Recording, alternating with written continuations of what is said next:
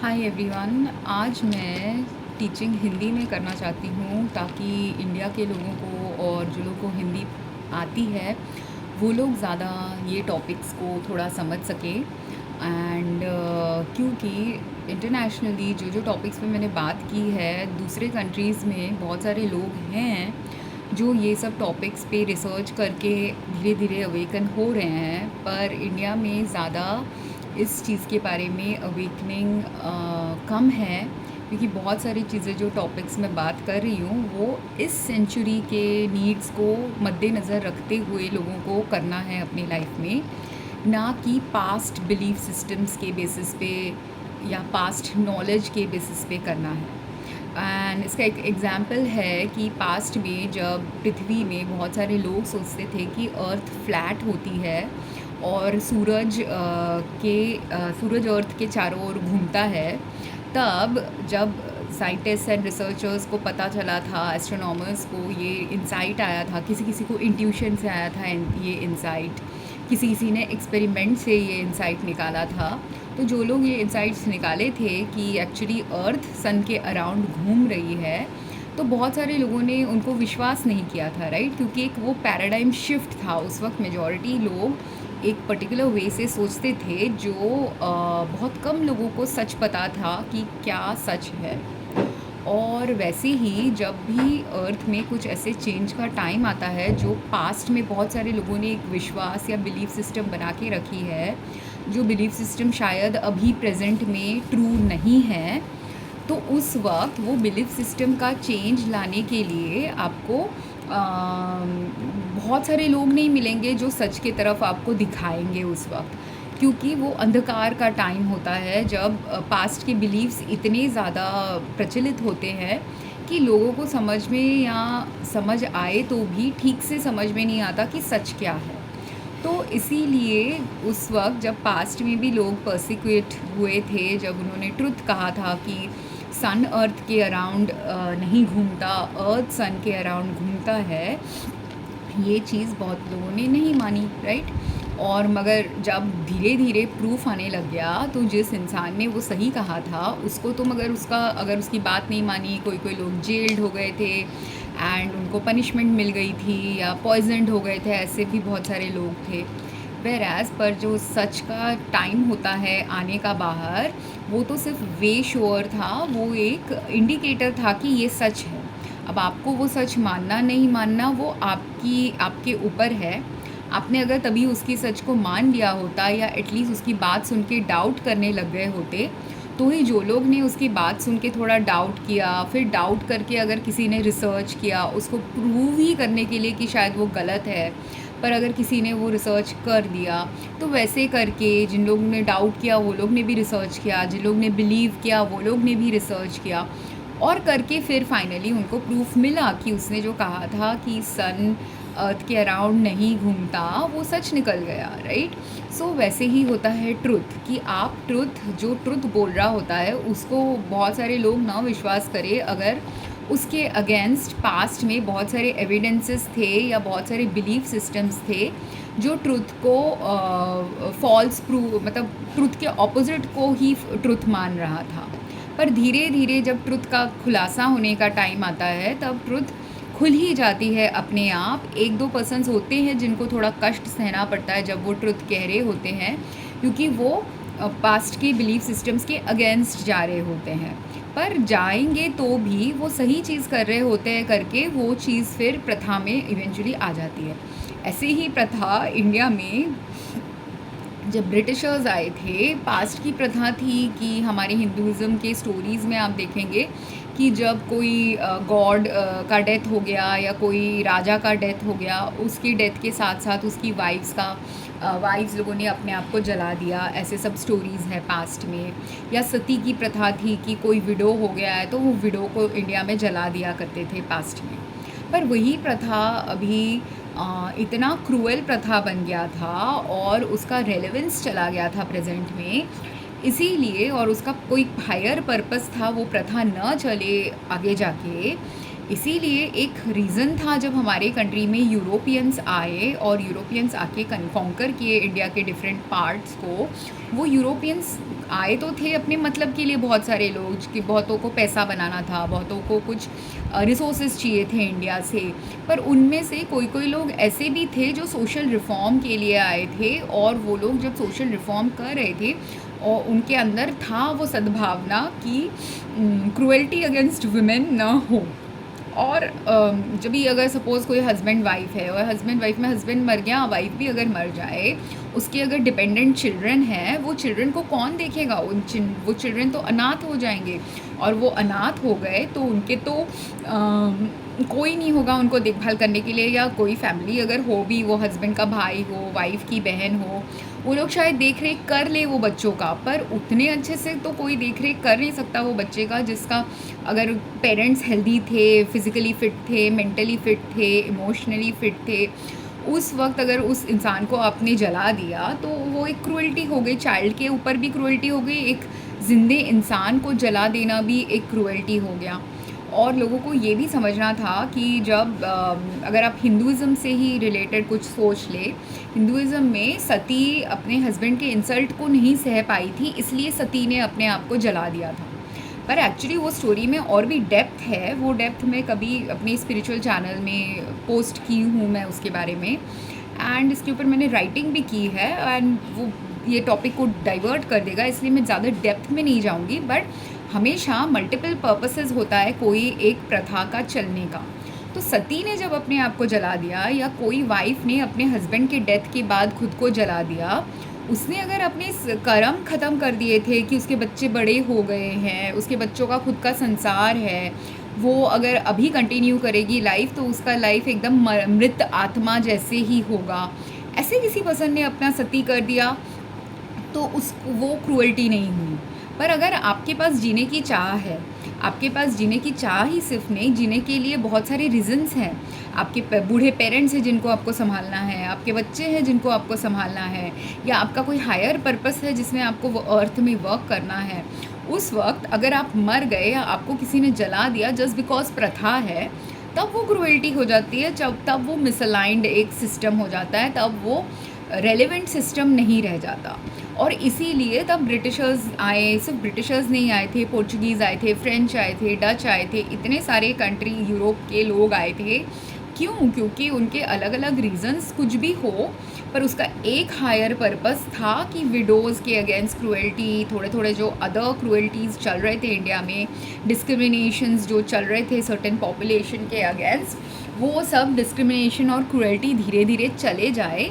इसी रीज़न से ही भगवान ने एक माइनर लेवल क्रूएल्टी को डाला था अर्थ में। वो माइनर लेवल क्रूएल्टी था जो ब्रिटिशर्स आए थे, और माइनर लेवल सबके लिए नहीं था, किसी किसी के लिए वो मेजर लेवल था, बट वही क्रूएल्टी में एक ग्रेटेस्ट गुड छुपा हुआ था। तो वो ग्रेटेस्ट गुड छुपा हुआ था करके किसी किसी लोगों को बहुत मेजर क्रूएल्टी सहनी पड़ी थी ब्रिटिशर्स के हाथों में। पर आप देखेंगे कि उनके रूल की वजह से बेनिफिट जो आया सोसाइटी में वो ज़्यादा आया था दैन द क्रूएल्टी, और वो बेनिफिट ज़्यादा नहीं होता तो उन्होंने जो सब सिस्टम्स इंडिया में क्रिएट किया था, ब्यूरोक्रेसी का सिस्टम हो, सिस्टम ऑफ गवर्नेंस का सिस्टम हो, ये सब अभी भी प्रेवलेंट है बहुत सारे कंट्रीज़ में ग्लोबली। ठीक है, तो लाइक दैट बहुत सारे ऐसे प्रथास हैं, ये दो मैंने अभी बताए हिस्ट्री को लेके। बट ऐसे ही होता है, जब चेंज का टाइम आता है तब थोड़ा माइनर लेवल कहीं से क्रूएल्टी आ सकता है, या कोई कोई चीज़ें सीमिंगली क्रूएल लग सकती है लोगों को, पर उस सीमिंगली क्रूएल या माइनर लेवल क्रूएल्टी या कभी कभी मेजर क्रूएल्टी भी होती है, पर वो तीनों तभी एग्जिस्ट करती है जब कुछ चेंज आने की ज़रूरत है। और वो चेंज जब आ जाता है तब लोगों को समझ में आता है कि वो क्रूएल्टी के पीछे, तब लोगों का समझने का टाइम होता है कि वो माइनर लेवल या मेजर लेवल क्रूएल्टी के पीछे भी बड़ा ओवर आर्चिंग रीज़न क्या था। और इंडिया में ये समझना ज़रूरी है, क्योंकि हम इंडिया में इवन दो हम कामाख्या देवी को पूजते हैं, माँ काली को पूजते हैं, दुर्गा को पूजते हैं, नवरात्रि का फेस्टिवल इतने दिनों तक सेलिब्रेट करते हैं, कितने सारे डिफरेंट फॉर्म्स में इंडियंस फीमेल गॉडेसेस को सेलिब्रेट तो करते हैं, पर जो फीमेल गॉडेसेस की फॉर्म अर्थ में एज ह्यूमंस ही रहते हैं, ह्यूमंस में फीमेल एनर्जी को या फेमिनिन एनर्जी को लोग रेस्पेक्ट नहीं दे रहे थे। और तब भी नहीं दे रहे थे, करके भी बहुत सारे लोगों का क्रुएल्टी हो रहा था। अब भी बहुत सारे लोग हैं, सिर्फ इंडिया में नहीं ग्लोबली ही फेमिनिन एनर्जी को राइट इम्पोर्टेंस नहीं मिल रहा, और उसी वक्त मैस्कुलिन एनर्जी डिस्ट्रक्शन की तरफ चला जाता है। वही देश में मैस्कुलिन एनर्जी, वही पॉकेट्स ऑफ द वर्ल्ड में मैस्कुलिन एनर्जी डिस्ट्रॉय करने लग जाता है, या टॉक्सिक फेमिनिन एनर्जी डिस्ट्रॉय करने लग जाता है। क्योंकि अभी जब टॉक्सिक मैस्कुलिन एग्जिस्ट करता है वर्ल्ड में, उसके साथ साथ टॉक्सिक फेमिनिन भी एग्जिस्ट करती है वर्ल्ड में। तो कोई पॉकेट्स में टॉक्सिक मैस्कुलिन चीज़ों को, सही चीज़ों को डिस्ट्रॉय करने लग जाता है, कोई जगहों में टॉक्सिक फेमिनिन कोई चीज़ों को डिस्ट्रॉय करने लग जाता है। और ये जो टॉक्सिक फेमिनिन होती है वो ज़रूरी नहीं है कि वुमेन में ही है, टॉक्सिक फेमिनिन एनर्जी मेन में भी होती है, टॉक्सिक मैस्कुलिन एनर्जी विमेन में भी होती है। तो इसीलिए कभी कभी मेन एंड वुमेन दोनों ही इन्वॉल्व होते हैं डिस्ट्रक्शन के लिए, वो सब चीज़ों का डिस्ट्रक्शन जो डिस्ट्रॉय नहीं होना चाहिए। जब आप बैलेंस्ड फेमिनिन में हो, balance masculine feminine, Shiv Shakti जो एनर्जी है वो हमको बताती है कि कैसे शिव शक्ति मैस्कुलिन और फेमिनिन मिल के जो डिस्ट्रॉय करनी है, जो सच में डिस्ट्रॉय करनी है उसको डिस्ट्रॉय करे, और मैस्कुलिन फेमिनिन मिल के जिसको प्रिजर्व करना है उसको प्रिजर्व करे। और वो प्रिजर्वर गॉड तब कौन आ जाता है, तब विष्णु एंड लक्ष्मी के अर्थ के अवतार आ जाते हैं, वो चीज़ों को प्रिजर्व करने के लिए जो प्रिजर्व करना ज़रूरी है। तो ऐसे करके सृष्टि डिस्ट्रॉय और प्रिजर्वेशन दोनों ही सृष्टि का इक्वल पार्ट्स है करने का, right. And like that health is also like that. Health में आपको प्रिजर्व करना है और डिस्ट्रॉय करना है वो चीज़ें जो अलाइंड है इस सिस्टम ऑफ अर्थली एग्जिस्टेंस के लिए, इस टाइम ऑफ अर्थली एग्जिस्टेंस के लिए। तो आपके अंदर की मैस्कुलिन और फेमिनिन एनर्जी, आपके अंदर की logic and intuition driven thinking and feeling, ये दोनों आपको इन्फ्लुएंस करनी चाहिए। आपको, आपके फैमिली को, आपके सोसाइटी को, आपके कल्चर को इन्फ्लुएंस करना चाहिए ये समझने के लिए कि health aligned choices and practices क्या है और health misaligned choices and practices क्या है। जो हेल्थ अलाइंड है उसको आपका बैलेंस मैस्कुलिन फेमिनिन को पुल करना है अभी फ्यूचर में, और जो हेल्थ मिसअलाइंड है उसको आपको मिलके डिस्ट्रॉय भी करना है। और सिर्फ आपको नहीं, आपको पहले तो आपको खुद को पर्सनली ये सब चीज़ें सीखनी है, पर एक टाइम आएगा अर्थ में जब आपको ये सिर्फ पर्सनली नहीं सीखना है, आपको ये मिलजुल के आपके फैमिली के साथ, आपके सोसाइटी के साथ, आपके वर्क कल्चर के साथ, आपके बच्चों के साथ, आपके एल्डरली के साथ, सबके साथ मिलके वो चीज़ों को आपको आगे लेके जाना है। और इसमें भी ऐसे आएगा कि कोई लोग हैं जो आगे इसको लेके जाने नहीं देंगे, वो लोग मोमेंटम क्रिएट करेंगे, फ्रिक्शन क्रिएट करेंगे कि राइट डायरेक्शन में ये ना जाए। पर उनका भी एक पर्पस है, जो फ्रिक्शन क्रिएट कर रहे हैं इसको आगे नहीं लेके जाने के लिए। उनमें से कोई ऐसे हैं जो अभी डिस्ट्रक्शन के टाइम में चले गए हैं, और उनका अभी डिस्ट्रक्शन होना ज़रूरी है क्योंकि वो लोग इसको बहुत ज़्यादा ही खींच चुके हैं उस डायरेक्शन में नहीं लेके जाने के लिए जिस डायरेक्शन में चीज़ों को जाना है। तो जिनका वो पर्पस ख़त्म हो चुका है, इसको गलत इसकी फ्रिक्शन और मोमेंटम का पर्पस उनका ख़त्म हो गया है, वो फिर और एग्जिस्ट नहीं कर सकते। जिनका अभी भी पर्पस बाकी है थोड़ा सा फ्रिक्शन एंड क्वेश्चनिंग, और क्योंकि क्वेश्चनिंग हमेशा ज़रूरी है। इवन सही चीज़ करने के लिए अगर आपके पास लोग क्वेश्चन नहीं करेंगे कि ये सही चीज़ क्यों है, या पहले की प्रथा ऐसे थी अब आप क्यों बोल रहे हो कि अब की प्रथा ऐसी होनी चाहिए। क्वेश्चनिंग इसलिए बहुत इम्पॉर्टेंट होती है डेवलपमेंट एंड प्रोग्रेस और ग्रोथ की तरफ चीज़ों को लेके जाने के लिए, क्योंकि वो क्वेश्चनिंग में ही छुपा होता है आंसर, कि कहाँ वो क्वेश्चन का फॉर्मेट ही आपको बता देगा आंसर। कभी कभी वो क्वेश्चनिंग का रिफ्लेक्शन आपको बता देगा आंसर, कभी वो क्वेश्चन में ही छुपा होगा आपका आंसर, ठीक है। तो इसीलिए मैं अपने कमेंट्स आपसे इनवाइट कर रही हूँ, रिक्वेस्ट कर रही हूँ कि अगर मेरे कोई भी पोस्ट आपको नहीं समझ में आ रहे, या समझ के भी आपको क्वेश्चन आ रहा है, डाउट आ रहा है, क्यूरियोसिटी जाग रही है, एंगर भी जाग रहा है कि ये तो बकवास है, ऐसा तो पहले नहीं था, तो अब क्यों ऐसा ये बोल रही है, जो भी आपके मन में जाग रहा है उसके ऊपर एक कमेंट लिखिए। क्योंकि वो कमेंट आप लिखोगे तो या तो वो कमेंट लिखने से आपने अभी मैनिफेस्ट कर दिया वो क्वेश्चन यूनिवर्स को भी, फिर यूनिवर्स आपको फिर उसका आंसर दे देगा, या मैं ही दे दूँगी अगर मैंने आपका कमेंट पढ़ा, ठीक है। अगर मेरे पास उसका आंसर है और अगर मेरे पास आंसर नहीं है या मैंने जो आंसर दिया वो आपको सेटिस्फाई नहीं किया, तब भी दूसरे टीचर्स आएंगे आपके पास वो आंसर देने के लिए आपको, ठीक है। तो questioning is not wrong and criticising is also not wrong, पर वो क्वेश्चनिंग एंड क्रिटिसाइजिंग के बाद learning is the more important lesson, ठीक है। और वो learning and evolution and adoption of new policy या नया प्रैक्टिस आप तभी कर सकते हैं जब स्टेप बाय स्टेप आप नेक्स्ट चीज़ पे जाएंगे, नेक्स्ट चीज़ पे जाएंगे। पहले आप सुनेंगे, सुन के या तो आपको समझ में आएगा या तो नहीं समझ में आएगा। अगर नहीं समझ में आ रहा, इसलिए भी क्वेश्चन करना है। समझ में आ गया, वेरी गुड, आप नेक्स्ट फेज़ में पहुंच गए शायद। फिर उसके बाद नेक्स्ट फेज़, उसके बाद next phase, like that step by step change आता है वर्ल्ड में, राइट। क्योंकि जब ब्रिटिशर्स आके सती के बारे में या कुछ बता रहे थे या विडो मैरिजेस के बारे में कुछ कर रहे थे, और सिर्फ ब्रिटिशर्स नहीं कर रहे थे, बंगाल में इस विडो मैरिज का प्रथा चालू हुआ था, राइट। तो एटलीस्ट हिस्ट्री में हमने ये पढ़ा, शायद ये आउटसाइड बंगाल भी चालू हुआ था, पर सम हिस्टोरिकल फिगर्स ने ये प्रथा को ज़्यादा प्रचलित किया करके वो फेमस हो गए। कि उस वक्त ऐसा नहीं है कि सिर्फ बंगाल में ये कोई कर रहा था, हो सकता है कि साउथ इंडिया में भी कोई कर रहा था, नॉर्थ इंडिया में भी कोई कर रहा था, ईस्ट इंडिया में, वेस्ट इंडिया में, सेंट्रल इंडिया में, अलग अलग जगह लोग कर रहे थे। पर जिस पर्सन का ज़्यादा वाणी लोगों ने सुना या प्रवचन लोगों ने ज़्यादा सुना या जिसके प्रैक्टिसेस, जिसने ज़्यादा इनिशिएटिव डाली कि ये लॉ तक में बदल जाए या स्पिरिचुअली मैरिज के रिलेटेड रिलीजन तक में थोड़ा सा चेंज आ जाए, उस पर्सन को ही इसलिए हिस्ट्री ने याद रखा, राइट।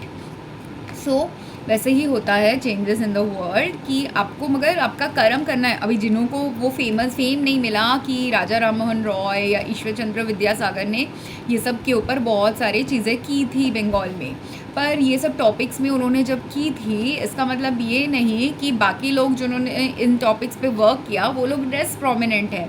वो लोग ने उस वक्त लेस प्रोमिनेंस का पोस्ट एज्यूम कर लिया क्योंकि वर्क करना ज़्यादा ज़रूरी था दैन गेटिंग द फेम वो काम के लिए। I hope this was meaningful. And इसके बाद ये टॉपिक इंट्रोड्यूस करने के बाद मैं थोड़ा फ़न लाना चाहती हूँ हमारे एडुकेशन के चीज़ों के बारे में, हेल्थ के एडुकेशन के बारे में। कुछ भी हम करें या समझने की कोशिश कर रहे हैं, जब उसको फ़न बनाने के लिए मैंने सोचा आज का टॉपिक, ये तो मैंने जस्ट स्पॉन्टेनियसली बोल दिया, आगे भी मैं थोड़ा स्पॉन्टेनियसली ही बोलूँगी, पर मैं चाहती हूँ कि यूनिवर्स मुझे गाइड करे कि आज मैं कौन से टॉपिक पे बात करूँ थोड़ा और डीपली। तो मैंने एक इसमें 7 चिट्स डाले हैं डिफरेंट टॉपिक्स के ऊपर कि कौन से हेल्थ के टॉपिक पे मुझे आज फोकस करना चाहिए। एंड ऑलरेडी मैंने थोड़ा सोशल एंड हिस्टोरिकल हेल्थ पे फोकस कर दिया है, पर let's see and health perspective shift के बारे में फोकस किया है, पर लेट्स सी यूनिवर्स मुझे और क्या चीज़ पे आज फोकस करने के लिए बोल रहा है, ठीक है। तो मैं इसमें से एक चिट निकालने वाली हूँ और इसमें मैंने ऐसे women's health, behavioural health, social health, ऐसे सब मेंस हेल्थ, चिल्ड्रंस हेल्थ ऐसे रखा है। तो ये मिक्स कर दिया और उसमें से आँख बंद करके मैं एक चिट निकाल रही हूँ। एंड इस चिट में फैमिली हेल्थ के ऊपर मुझे बोल रहा है, और ये रिवर्स्ड है mirror, but I hope you could see उसमें फैमिली हेल्थ लिखा हुआ है, ठीक है। तो फैमिली हेल्थ, और ऑलरेडी देखिए कोइंसिडेंस है कि नहीं कि मैंने जो बोला इसमें फैमिली हेल्थ का ऑलरेडी इंडिकेटर था कि नहीं था, था ना। क्योंकि अगर किसी की माँ मर जाए और बचपन में मर जाए, उसकी फैमिली हेल्थ बिगड़ेगी कि नहीं बिगड़ेगी। किसी की बेटी मर जाए और उसको बुढ़ापे में वो बेटी उसकी सहारा होती, पर अभी बेटी मर गई, माँ बाप तो ज़िंदा है, पर बेटी अगर मर जाती सती के वजह से, तो वो माँ बाप का सहारा कोई नहीं रहता। क्योंकि अगर सपोज़ उनकी एक ही बेटी थी और कोई बच्चे नहीं थे, या वही एक बेटी थी जो माँ बाप का देखभाल करती थी, बाकी लोग अटेंशन नहीं देते थे माँ बाप को, तो वो बेटी अगर मर जाती तो फिर नेचुरली उनके माँ बाप का कष्ट भी बढ़ जाता अर्थली ज़िंदगी में, राइट। तो जब विडो का डेथ हो रहा था, विडोज़ को बर्निंग हो रही थी, उनके डेथ के एसोसिएटेड बहुत सारे फैमिली हेल्थ स्ट्रक्चर्स बिगड़ जा रहे थे, डिस्ट्रॉय हो रहे थे, और हार्मफुल वे में डिस्ट्रॉय हो रहे थे, सोशियोलॉजिकल वे में डिस्ट्रॉय हो रहे थे, इसीलिए एंड सोशल वे में डिस्ट्रॉय हो रहे थे। बिकॉज इसमें विमेन अगर मर जाए और अकाल मृत्यु भी हो रही थी विमेन का, तो इससे क्या हो रहा था, proportion of main and women शायद सोसाइटी में थोड़ा डिसप्रपोर्शनेट एस्पेक्ट भी आ रहा था शायद सोसाइटी में। क्यों? क्योंकि एकदम लॉजिकली आप देखिए, इंडियन कल्चर में, एशियन कल्चर में लड़कों को बहुत ज़्यादा प्रोमिनेंस मिलती है और सेंचुरीज से ये मिली है। इसकी वजह से क्या होता है, इंडिया का अभी भी जेंडर नंबर आप देखेंगे तो इंडिया में अभी भी मेल जेंडर थोड़ा हाईएस्ट परसेंटेज में है। तो अगर कोई वुमेन मर जाती है तो उसका पोटेंशियल सेकेंड मैरिज का, अगर नहीं मैरिज का आना ज़रूरी क्यों था सोसाइटी में? क्योंकि हो सकता था देयर वाज अनदर मैन जिसके लिए वो अच्छी वाइफ बन सकती विडो रिमैरिज करके। और जब प्रोपोर्शन ऑफ वुमेन इंडिया में कम है, और या वर्ल्ड में ही, ग्लोबली ही शायद प्रोपोर्शन ऑफ वुमेन कम है और प्रोपोर्शन और ऑफ मेन ज़्यादा है, तो उसको अभी और उसमें आप वुमेन को मार दे रहे हैं क्योंकि हस्बैंड मर गया। हस्बैंड तो इसलिए मर गया क्योंकि प्रोपोर्शन ऑफ मेन ज़्यादा है, वो मैन का कुछ कर्मा था मरने का अर्ली।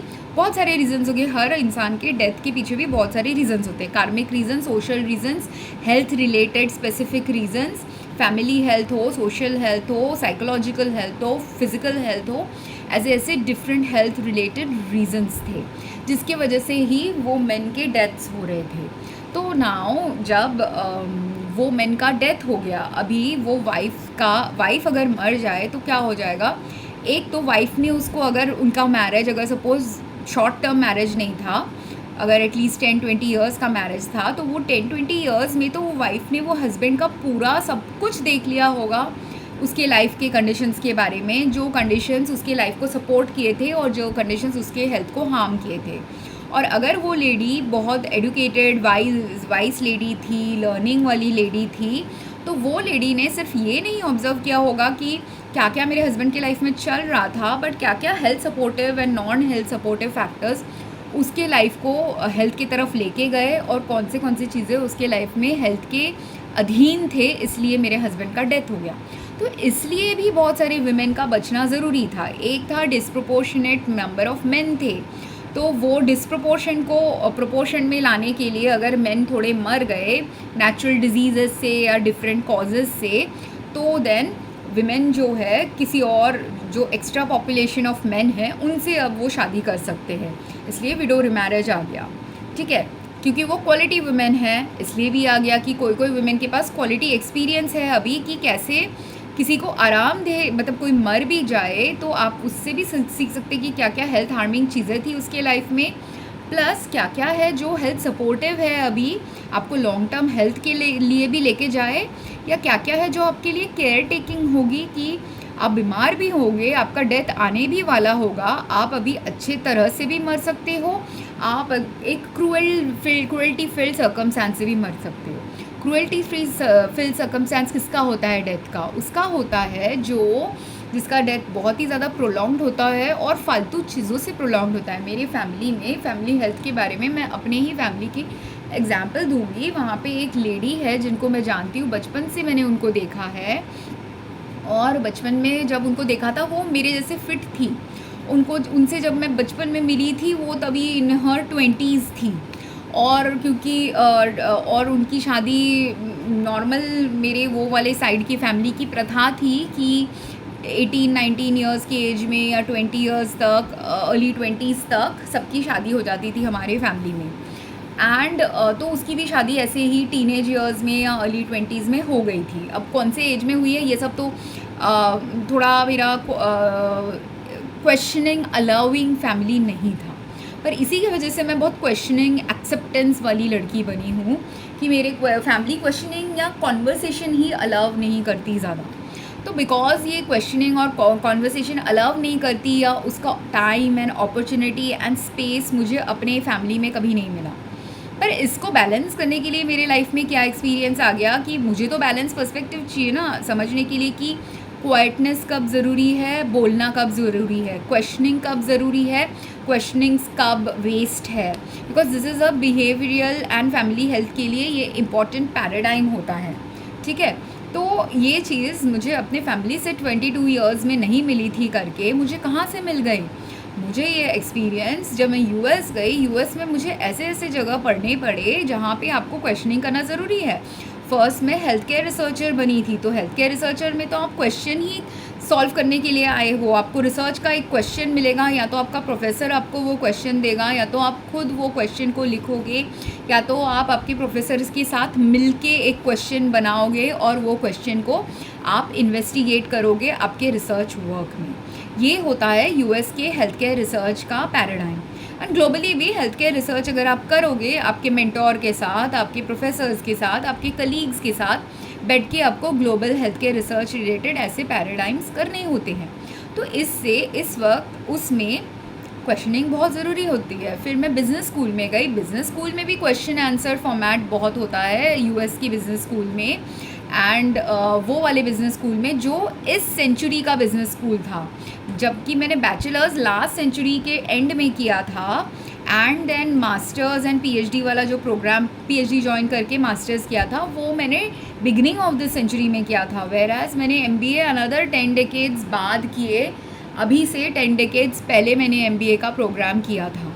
तो ये जो है एक्सपीरियंस 10 डेकेड्स बाद का मैं लर्निंग एक्सपीरियंस ले रही हूँ। उससे क्या होता है, एवरी 10 डेकेड्स बाद का जब लर्निंग एक्सपीरियंस मेरे लाइफ में आ रहा है, उसमें मुझे 10 डेकेड्स लेटर का लर्निंग पर्सपेक्टिव का इंफॉर्मेशन मिल रहा है, एजुकेशनल पर्सपेक्टिव का इंफॉर्मेशन मिल रहा है। इवन लास्ट 5 इयर्स में भी मैंने एजुकेशन के, फॉर्मल एजुकेशन, इनफॉर्मल एजुकेशन, दोनों के ही फॉर्मेट्स अगेन मेरे लाइफ में लाए। क्यों? क्योंकि मेरे पास फ्री टाइम है। तो फैमिली हेल्थ का ये भी एस्पेक्ट है कि फैमिली में किसी को तो फ्री टाइम होना चाहिए ये सब चीज़ों को समझने के लिए, ये सब चीज़ों को समझ के उसको प्रैक्टिस में लाने के लिए। इसीलिए आप देखेंगे जो फैमिली सबसे हेल्दी फैमिली होती है, वो फैमिली में या तो उनकी फ़ीमेल या कपल ऑफ फीमेल्स या couple of females and elderly उनके फैमिली में उनको रेस्ट करने का बहुत अच्छा मौका मिलता है।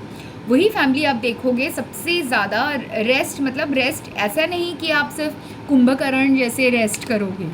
आपने अगर कुंभकर्ण जैसे सिर्फ खाया पिया और सोया तो आप हेल्दी फैमिली के पार्ट नहीं बिलोंग करते। इसीलिए, और मैं बहुत रिलीजन आज ले रही हूँ, बट इंडिया में बहुत सारे रिलीजन का एस्पेक्ट भी इन्फ्लुएंस करता है फैमिली हेल्थ को, right? And not just India, actually globally, culturally, her culture में रिलीजन इन्फ्लुएंस करता है फैमिली हेल्थ को।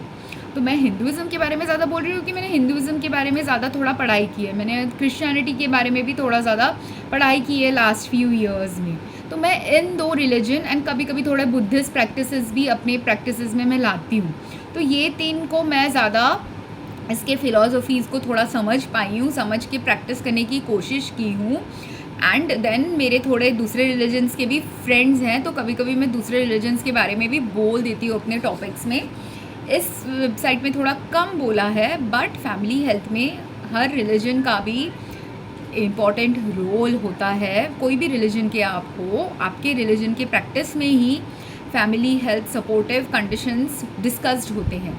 आपको मगर उसको डिटेल में समझना होता है, परखना होता है, या आपके रिलीजियस लीडर्स को क्वेश्चन करके उसको अपने लाइफ में उतारना होता है, या आपके पेरेंट्स को उसको क्वेश्चन करके आपके लाइफ में वो रियल उसके अंदर जो प्रैक्टिस हेल्थ सपोर्टिव क्या है, वो प्रैक्टिस को आपके फैमिली हेल्थ में डालना होता है। और आपने ये डाला, कोई भी रिलीजन के आप हो, तो आपका फैमिली हेल्थ फिर सपोर्टिव होता है। तो हिंदुइज़्म में इसलिए अगर आप श्रवण कुमार की स्टोरी देखोगे, श्रवण कुमार अपने ब्लाइंड पेरेंट्स का बहुत ख्याल रखता था, पर इसका मतलब ये नहीं है कि उसने उसके ब्लाइंड पेरेंट्स का ख्याल रखा करके उसके ब्लाइंड पेरेंट्स ने उसका ख्याल नहीं रखा। ऐसे नहीं हो सकता, क्योंकि अगर आपको ब्लाइंडनेस आ जाए, कोई भी एक डिसेबिलिटी आ जाए, मुझे जब अभी बीच में कैंसर रिलेटेड ऑर्गन डैमेज जैसे डिसेबिलिटी, वो एक फंक्शनल डिसेबिलिटी हो गई थी मुझे, ऐसे लेवल की फंक्शनल डिसेबिलिटी जिसमें मैं फंक्शनली तो दिखने में बहुत एक्टिव दिख रही हूँ, बोलने में भी लोगों को मेरी बातें सुन के लगेगा ये कहाँ से बीमार है, पर रियलिटी ये थी कि मैं सच में बहुत बहुत डीप लेवल की बीमार थी। और कोई लोगों को ये भी लगा कि ये मेरा मन का वहम है, पर वो मेरा मन का वहम भी नहीं था, क्योंकि वो वहम को ही क्लियर करने के लिए मुझे फर्स्ट बिफोर आई फेल सिक उतने ईयर्स का 15 to 20 ईयर्स का personal life plus health care का प्रैक्टिस का इतना एक्सपीरियंस मिल चुका था, इतने फुर्सत से करने का एक्सपीरियंस मिला था, क्योंकि मेरे लाइफ में ना ही कोई हस्बैंड का रिस्पॉन्सिबिलिटी था, ना ही पेरेंटल रिस्पॉन्सिबिलिटी थी। मेरी मम्मी का डेथ 25 इयर्स पहले हो गया था। मेरे डैड और मेरे भाई ऐसे थे, उनको कोई फीमेल इन्फ्लुएंस उनके लाइफ में चाहिए नहीं था मेजर लेवल में।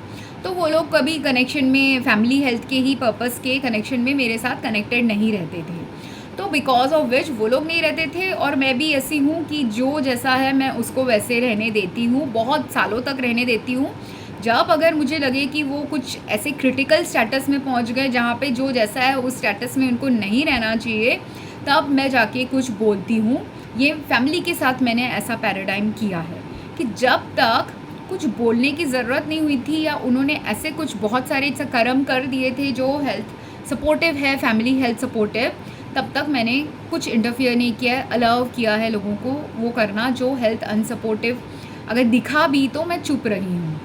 पर अभी एक टाइम में मैं पहुँच चुकी हूँ जहाँ पे मेरे फैमिली, बहुत सारी families, in fact every family that I have visited, जो कज़न्स हो, दादा दादी से रिलेटेड लोग हों, खुद से डायरेक्ट रिलेटेड लोग हों, ऐसे लेवल की फैमिली हेल्थ की प्रैक्टिसेस ये लोग करते हैं जो अभी सस्टेनेबल नहीं है। उन्होंने किया तो या तो किसी को बहुत कष्टदायक डेथ देने वाले हैं उन लोग, या तो ऐसा इमीडिएट ही डेथ दे देंगे, बट ये नहीं समझेगी कि उनके प्रैक्टिस में क्या प्रैक्टिस था जिसके वजह से बैड सफरिंग या पुअर क्वालिटी हेल्थ था जो डेथ को लेके आया उनके लाइफ में। जो उन्होंने अगर राइट स्टेप्स लिए होते तो वही सेम इंसान बेटर फैमिली क्वालिटी हेल्थ के तरफ जा सकता था। और श्रवण कुमार को मैंने इसलिए मेंशन किया क्योंकि वाइल वो अपने एल्डरली एंड अंध पेरेंट्स को केयरटेक करता था, जब आप अंधे होते हो आपका इंट्यूशन हाई होता है। कोई भी आपको अगर कोई फिजिकल डिसेबिलिटी आ जाए, आपका इंट्यूटिव पावर हाई हो जाता है। और अगर आपने राइट मेंटालिटी यूज़ किया, आपका मेंटल हेल्थ स्टेटस अगर अच्छा है, साइकोलॉजिकल हेल्थ स्टेटस अगर अच्छा है, बिहेवियरल हेल्थ स्टेटस आपका अच्छा है, फैमिली कनेक्शन आपका अच्छा है, तो आप आपके वो इंट्यूटिव पावर को यूज़ करके आप भी हेल्थ सपोर्टिव चीज़ें करेंगे। मतलब अगर उसके पेरेंट्स का अंधे हो जाएंगे ना, तो तब आपको क्या होगा, आपके पास वो शबरी के साथ ऐसा हुआ था, ये श्रवण कुमार के साथ भी हुआ, शबरी के पेरेंट्स के साथ भी हुआ था। उसके पेरेंट्स की स्टोरी किसी ने कही नहीं, पर वो सेम ही स्टोरी थी जो शबरी के साथ हो रहा था। शबरी पहले उसके पास आईसाइट था, पर जब वो एज हो रही थी उसका आईसाइट चला जा रहा था। पर जब उसका आईसाइट चला जा रहा था, ऐसा नहीं, पर वो अकेली रहती थी वन में, राइट, वो अकेली रहती थी वन में, और उसको लंबी ज़िंदगी जीनी थी करके भगवान ने उसको फिर एक्स्ट्रा इंसाइट दे दिया था ये समझने के लिए कि कौन सा फल, वो फल खाती थी, फल खा के जी रही थी वन में, क्योंकि अभी उसके पास आईसाइट नहीं है तो वो जाके शिकार तो नहीं करने वाली, राइट। तो मैक्सिमम वो क्या खा सकती है, फल खा सकती है, नट्स खा सकती है, वेजिटेबल्स भी वो कुक नहीं कर पाएगी तभी, तो वो फल खा के एक्चुअली जी रही थी। और वो बेर ही उसने खिलाया था जब राम को और राम की फैमिली को उसने चख के खिला रही थी। क्यों? क्योंकि उसके पास अभी आईसाइट भी चली गई है, तो वो अच्छे बेर समझ नहीं पा रही थी, वो ट्रीज से शायद कच्चा बेर, मीठा बेर सब कुछ पिक कर रही थी।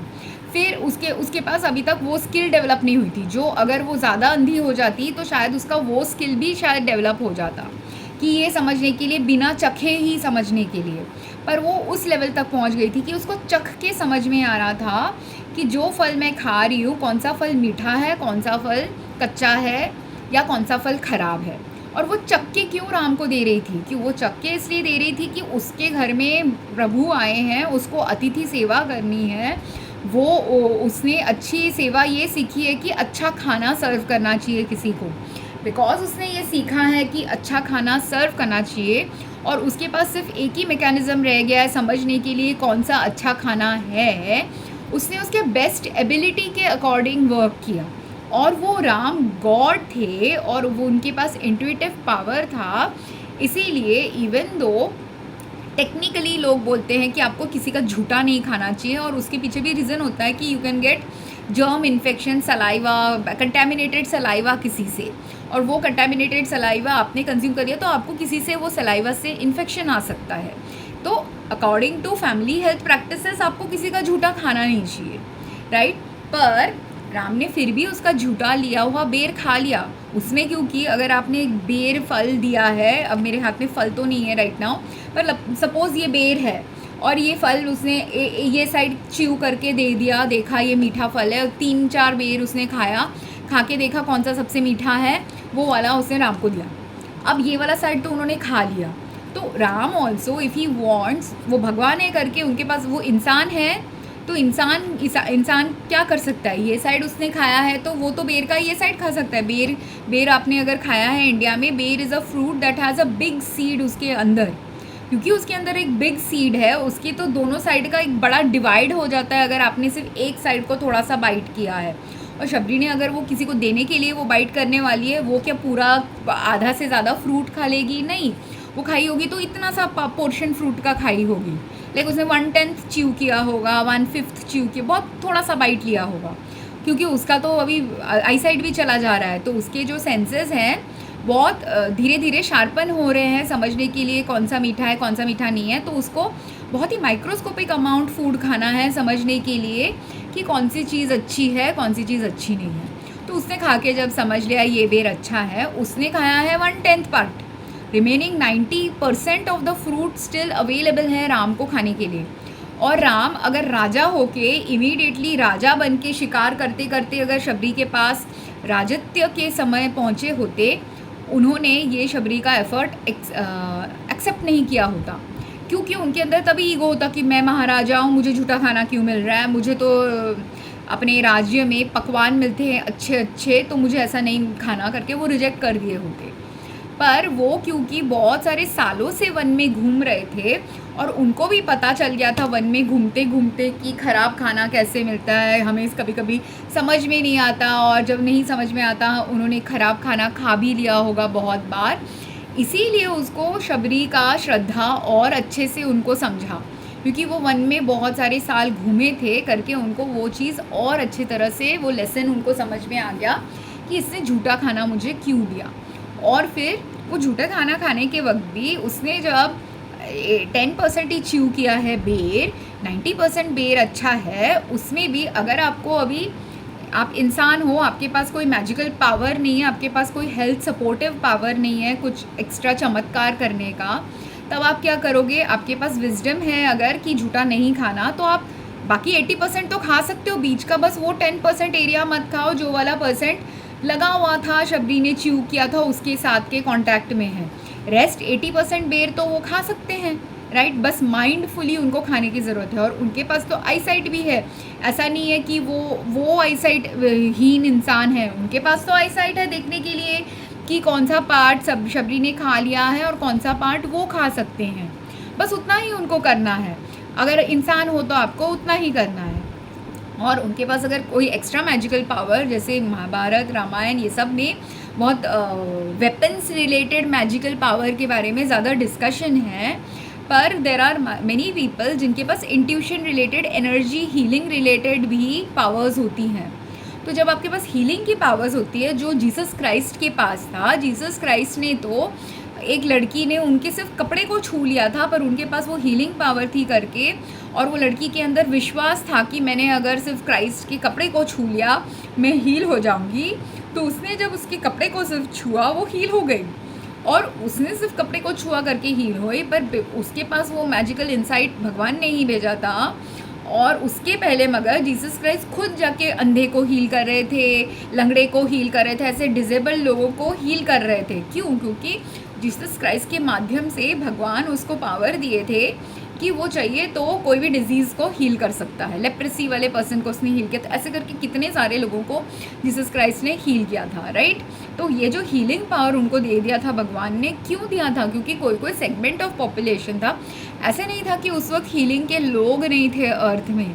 हीलिंग करने वाले मेडिसिन के लोग थे, मेडिसिन प्रैक्टिस करने वाले लोग थे, मेडिसिन मैन थे, पुजारी थे, तो जिनका स्पिरिचुअल हीलिंग करना है प्रीस्ट लोग हील कर रहे थे, जिनका फिजिकल हीलिंग करना है मेडिसिन दे के, दवाई दे के मेडिसिन मैन वुमेन हील कर रहे थे।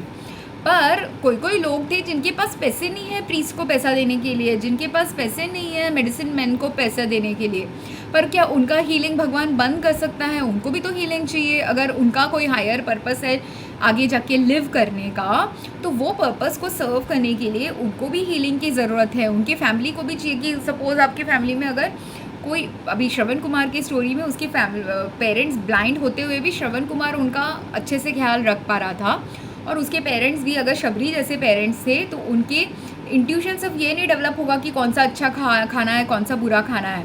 वो लोग सिर्फ शबरी तक लेवल में नहीं थे, वो लोग तो कम्प्लीटली ब्लाइंड थे। तो उनके अंदर मगर ये आ सकता है कि वो बता सकते हैं श्रवण कुमार को कि कौन से एरिया में रहना है जहाँ पे डिजीज़ नहीं है, क्योंकि उनको स्मेल से समझ जाएगा डिज़ीज़ के बारे में। कभी कभी फूड के अंदर के डिज़ीज़ का, आगे के डिज़ीज़ का, ऐसे सब चीज़ें उनको खुद से समझ जाएगी, बिकॉज वो लोग उतने बीमार हैं। और श्रवण कुमार का भी तो डिजेबल मतलब उसको एक एक्स्ट्रा भार आ गया ना, कि पेरेंट्स को वो कैरी करता था अपने कंधों में, तो वो जो अपने कंधों में अपने पेरेंट्स को कैरी कर रहा है, और वो एक लिटरल स्टोरी थी। बट ऐसे ही होता है कि जो डॉटर या सन अपने पेरेंट्स को देखभाल कर रहा है, उसके ऊपर वैसा एक लिटरल कंधे का भार होता है वो पेरेंट्स को देखने का। ठीक है, तो वो अभी श्रवण कुमार का तो लिटरल हो गया, बहुत सारे लोगों का वैसे लिटरल वो कैरी नहीं कर रहे होते, बट वो लोग emotionally, behaviourally, psychologically, financially carry कर रहे होते किसी को। ठीक है, तो जब वो किसी का ऐसा हेल्थ का ख्याल रख रहे हैं, वो पर्सन का भी इक्वल जॉब है उनका हेल्थ का ख्याल रखने का। और वो जॉब अगर इक्वली सपोर्टिवली बैलेंस वे में हो रहा होता है दोनों साइड से, पेरेंट्स भी सपोर्ट कर रहे हैं बच्चे को, बच्चा भी सपोर्ट कर रहा है पेरेंट्स को, तब जाके वो बैलेंस सिस्टम होता है, तब जाके वो हायर लेवल का लव होता है, तब जाके वो फैमिली हेल्थ सपोर्टिव कंडीशन होता है। तो उसके पेरेंट्स को इसलिए, अगर वो अंधे भी होंगे तो उनके पास कुछ हेल्थ सपोर्टिव चीज़ें होंगी जो वो अगर अपने पेरेंट्स को कंटिन्यूसली कैरी करे, उनका वो जो हेल्थ सपोर्टिव क्वालिटीज़ है वो भी उनके बच्चे पे लागू हो जाएगा, राइट। तो ये होता है बैलेंस ऑफ फैमिली हेल्थ। और यही जो बैलेंस श्रवण कुमार ने अंधे पेरेंट्स के साथ किया, वही जब आप अभी फैमिली लाइफ में जी रहे हो आपके इन लॉज़ के साथ, या आपके इन लॉज़ आपके सिटी में ही रहते हैं, आपको जस्ट सिर्फ वंस अ मंथ जाके उनको मिलना है, या आपके ग्रैंड पेरेंट्स ही आपके आसपास रहते हैं, आपको सिर्फ शायद अगर अमेरिकन कोई है तो अमेरिकन्स में बहुत सारे लोग अपने ग्रैंड पेरेंट्स एल्डरली लोग असिस्टेड लिविंग फैसिलिटी में रहते हैं। क्यों? क्योंकि उनके सेम एज के लोग उनको वहाँ मिल जाते हैं, उनके पास अगर इनफ फाइनेंसेस है वो असिस्टेड लिविंग फैसिलिटी में रहने के लिए, उनके वो फाइनेंस दे देते हैं, और उनका खाना पीना ये सब का ध्यान दूसरे लोग ले रहे होते हैं। पर इसमें वो लोग जब पैसा दे रहे हैं उसके अगेंस्ट उनको राइट बैलेंस हेल्थ चाहिए, वहाँ पे भी राइट हेल्थ सपोर्टिव कंडीशंस होने चाहिए, तभी assisted living facility health aligned facility होगी।